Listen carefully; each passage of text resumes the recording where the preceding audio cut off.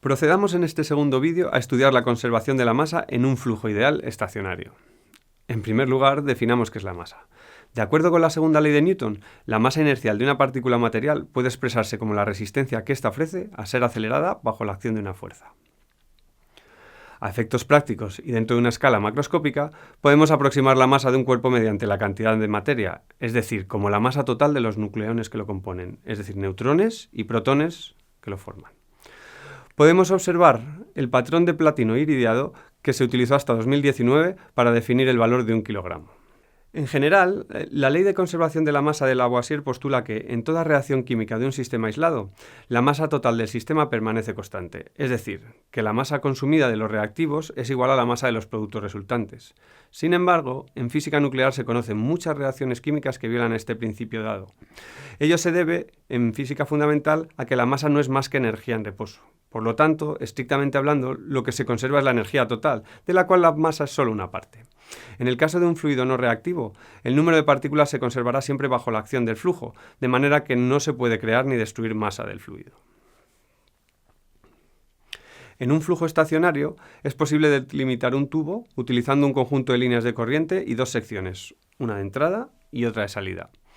El volumen así constituido se conoce como tubo de corriente. Además, es posible calcular en un intervalo de tiempo breve t cuánto fluido ha penetrado por la sección de entrada y cuánto ha salido por la sección opuesta. Dado que no se crea ni se destruye fluido, la conservación de la masa en el tubo de corriente implica que la cantidad de masa que entra por unidad de tiempo es igual a la cantidad de masa por unidad de tiempo que sale.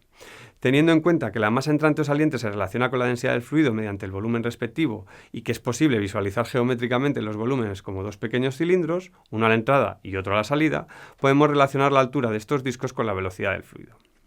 El resultado es que, en los extremos de un tubo de corriente, el producto de la densidad, el área del tubo y la velocidad del flujo son constantes e iguales entre sí.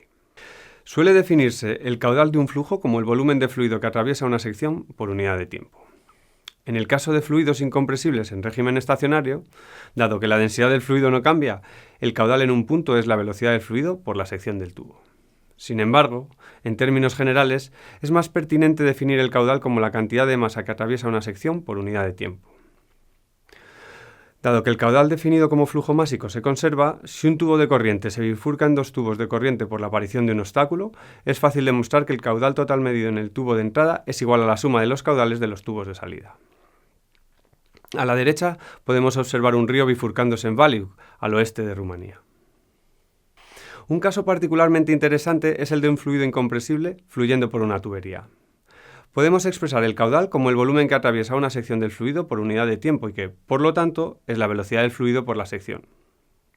Si la tubería es regular y sufre un ensanchamiento más o menos brusco, es posible relacionar el caudal en cualesquiera dos puntos conectados por una línea de corriente de la región estrecha y de la región ancha, respectivamente.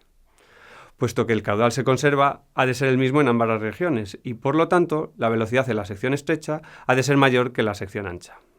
Es decir, un fluido ideal incompresible en régimen estacionario acelera al estrecharse un conducto y viceversa. Es interesante, sin embargo, notar que si el tubo cambia de sección bruscamente, se forman pequeños vórtices en las esquinas debido a las fuerzas tangenciales y a la dificultad que tiene el fluido para avanzar en la dirección del flujo.